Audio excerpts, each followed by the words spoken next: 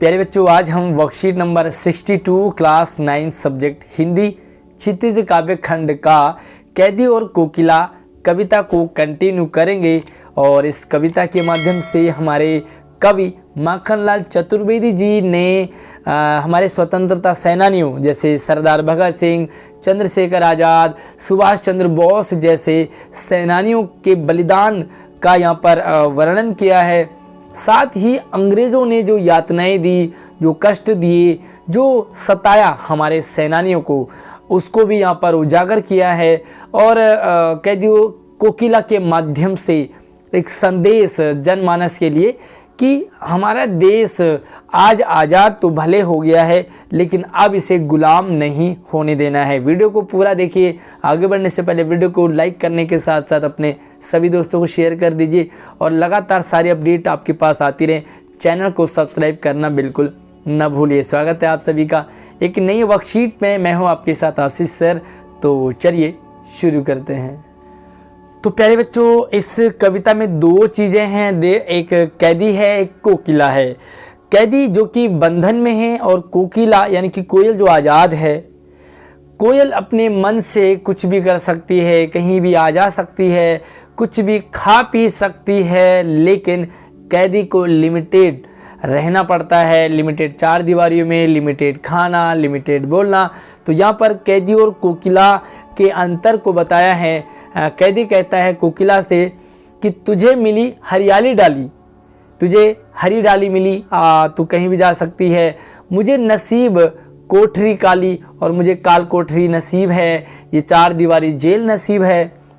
तेरा नभ भर में संचार, तू पूरे आसमान में कहीं भी घूम सकती है, लेकिन मेरा 10 फुट का संसार, क्योंकि मेरा जो संसार है वो 10 फुट यानी कि ये चार दीवारी, ये जेल है जिसमें मैं बंद हूँ।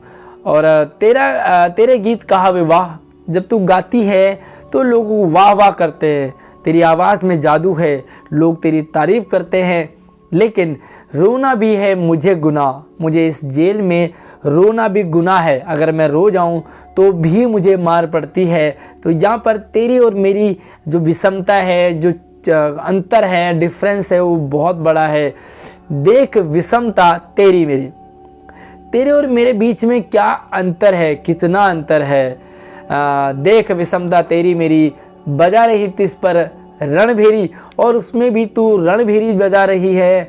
इतना अंतर तो हम दोनों में है, उस पर भी तू बार बार हमें उकसा रही है, जो बोल रही है, बार बार हमें इस जेल से बाहर निकालने का आह्वान कर रही है।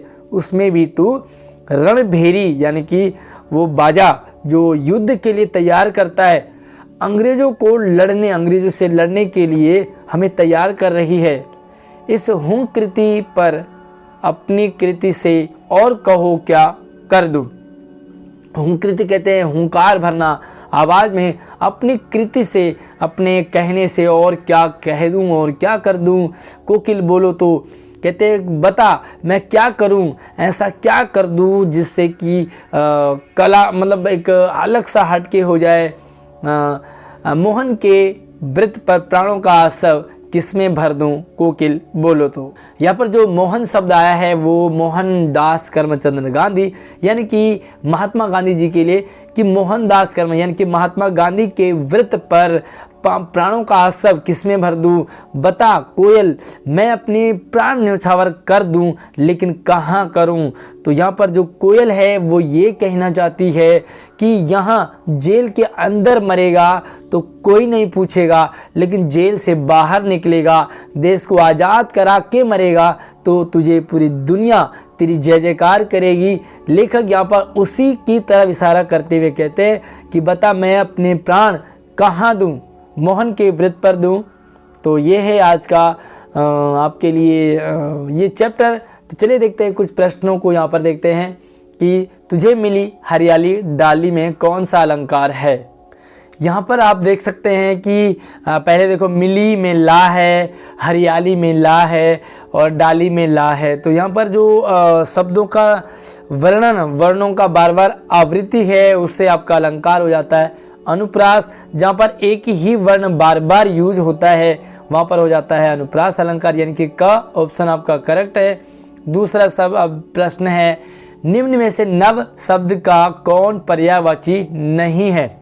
नहीं है तो पहला देखो आप, आकाश नभ को कहते, व्योम भी नभ को कहते हैं। जलज, एक नज़र अंबर पे डालते हैं तो अंबर भी आसमान को कहते हैं, लेकिन जलज यानी कि जल में जन्म लेने वाला, और जलज कहते हैं कमल को। तो ये आपका ग ऑप्शन करेक्ट है, जो कि कमल, जलज कमल को कहते हैं। और तीसरा सवाल है, मेरा 10 फुट का संसार कवि से क्या आशय है? तो बताया मैंने आपको कि 10 फुट का संसार, यहाँ पर जो लेखक माखनलाल चतुर्वेदी जी हैं वो जेल की ओर इशारा करते हैं कि जो कैदी है उसका संसार सिर्फ लिमिटेड है, यानी कि वो सिर्फ 10 फुट के उस जेल में ही कैद है, इसलिए उसका संसार 10 फुट का, मात्र जो कमरा है 10 फुट का उसी तक वो सीमित रह गया है। तो यहाँ पर जेल की बात की गई है, जेल में दी जाने वाली उन कष्टों को उस पर बात किया है। अगला, कवि ने कोयल और स्वयं के रहन सहन में किस प्रकार की विषमता देखी है? तो वर्कशीट आपने प्रॉपर देख लिया, समझ लिया। इस प्रश्न का आंसर आप आराम से कर सकते हो कि तुझे हरियाली डाली मिली और मुझे काल कोठरी मिली, तेरे गीत वाह कहलाते हैं और मेरे लिए रोना भी गुनाह है, तू पूरे संसार में कहीं भी उड़ सकती है और मैं सिर्फ 4 दीवारी यानी कि जेल में बंद रहता हूँ। तो एक तरफ आप कॉलम, यहाँ पर 2 कॉलम बनाएंगे और एक पर लिखेंगे यहाँ पर कोयल, ठीक है, यहाँ पे आप लिखेंगे कोयल और इधर लिखेंगे आप कैदी, ठीक है। और दोनों की आप बताएंगे कि कैदी के लिए क्या है, कोयल के लिए क्या है, हरियाली डाली मिली कोयल को। कैदी में लिखेंगे कि उसे काल कोठरी नसीब है। उधर कोयल में लिखेंगे कि कोयल के गीत सभी लोग वाह वाह करते हैं कोयल के गीत गाने पर, और कैदी के रोने पर भी गुनाह माना जाता है, यानी कि उसे फिर से मारा जाता है। इसी तरह से कोयल की बात करें तो कोयल पूरे आसमान में घूम सकती है कहीं भी अपनी मर्जी से, लेकिन कैदी 4 दीवारियों में यानी कि जेल की 10 फुट की उस कमरे में कैद है। कवि ने कोयल की आवाज़ को गीत क्यों कहा होगा? तो भैया कोयल गीत ही गाती है, और कोयल जो है वो बेसिकली आपको बसंत ऋतु में ही दिखाई देती है कोयल, राइट। तो जब कोयल बोलती है सिर्फ बसंत ऋतु में बोलती है, और कोयल का गाना बहुत मीठा होता है। जब कोयल गाती है तो लोगों का मन करता है सुनना, इसीलिए कोयल के गानों को यहाँ पर गीत कहा है, ठीक है। और अगला यहाँ पर एक एक्टिविटी है, तो देखते हैं एक्टिविटी क्या है।